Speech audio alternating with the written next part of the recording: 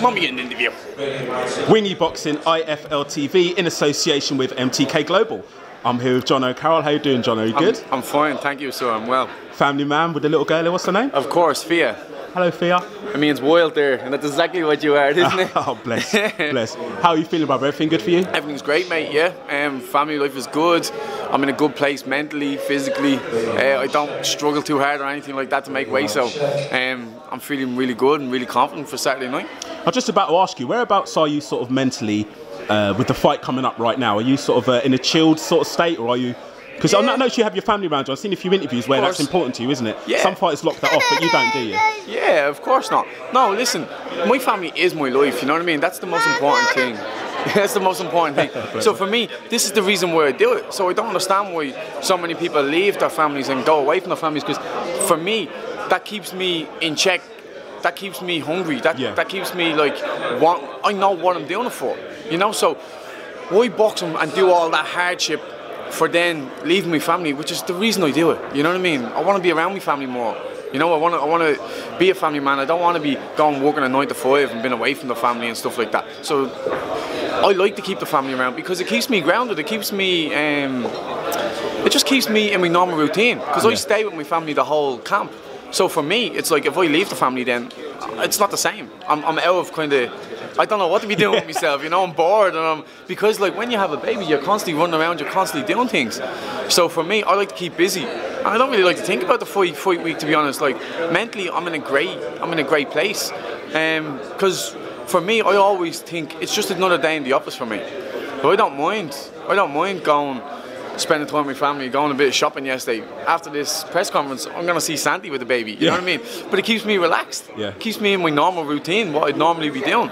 So, no, it's good, because some people lock themselves in the room, and like realistically, they're just running that fight over and over in their head. It doesn't help them when they're in the fight, because whatever's going to happen in the fight is going to happen, you know what I mean? So, because obviously having a family around you doesn't do anything to sort of quell your aggression, does it, when you get in there? So you still go for it. You're a fan-friendly fighter, and that's what 100%. The fans like about JONO CARROLL, isn't it? Yeah, exactly. Listen, the fans want to be entertained. At the end of the day, this is the entertainment business. So it doesn't matter whether you're fighting a bum, or you're fighting for a world title, or you're fighting for... Every fight for me is like a world title. I'm going in there to put a show on for the fans. I'm going in there to go to war and be exciting as possible, because that's what I like to do. I remember my dad saying, before he ever turned pro, even just this was just in the amateur days, my dad used to always say, listen, son, if you're not going to be the best, if you're not going to be #1, then there's no point in boxing, because you'll get hurt. And all you need to be is exciting. Put bums on seats. Boxing is about putting bums on seats, and it's true. The more tickets you sell, the more exciting you are, the more tickets you sell. So that's what it's all about. It's a business at the end of the day, and for me, I'm trying to perform and box to my best of my ability, and put a show on for the crowd. Guelo FRENOIS. What do you know about your opponent? What do you know about Guelo FRENOIS? Listen, he's an experienced fighter. I don't know a whole lot about him. There's not a load of video footage on him, so I'm not 100% on how good he actually is, because anyone who I've seen him fight on YouTube and that aren't amazing or up to my standards. So we'll see how he performs when I'm in the ring with him. And I don't really look into too many fighters anyway, because styles make fights. Everyone knows this. If you're a decent boxer, you know styles make fights. For me, he could be my banana skin, so I'm looking to be a world champion, and I have to stay focused, and this is basically my world title shot, because if I don't win this, then I don't get a world title shot, and that's what it's all about for me. So I need to keep winning and performing. Again, I have that difficult situation as fans and as an interviewer. We're thinking of the big fights. Of course. TEVIN Farmer. Yes. Can you discuss that? Because I know you're focused on a fight. Of course. How do you feel about him as a boxer, first of all? And how would your style gel? Because he's quite a slippy, tricky customer, isn't he? Yeah, of course he is. Listen, I'm not taking anything away from him. He's a very good fighter. You don't get to world level if you're not a good fighter in the first place, let alone fight for a world title and win a world title. So for that, I take my hat off to the man. Like, I respect him for that. As a fighter, I respect him. As a human being and a man, I don't always respect him as much as I respect him as a fighter. Right. You know what I mean? He's like, he's cheeky, he thinks he's the shit. I just don't like that about him, you know what I mean? He thinks he's deadly. And I know how to beat him. He's simple. Listen, there's many ways of beating him. You know, there's so many holes. I can poke holes in his game all day long.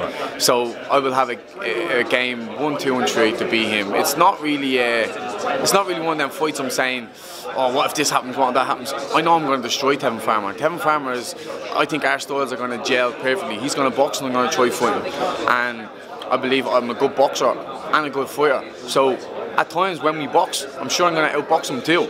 Just all this slippery hands down stuff, you only get away with it for so long. For 4 or 5 rounds it looks great.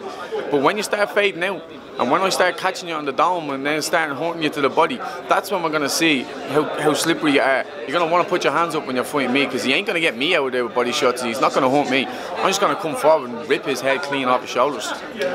Did you watch Tyson Fury versus Wilder? Of course, who didn't? Everyone in the world did, mate. Yeah, of course. Thoughts? Give me your thoughts, man. Mate, Tyson Fury boxed the ears off him. Tyson Fury was amazing. He didn't surprise me. I've called it. I fought when he fought in Germany and won the world title. I said I called it then as well. I never doubted Tyson Fury. I've seen him in the gym. I've trained with him.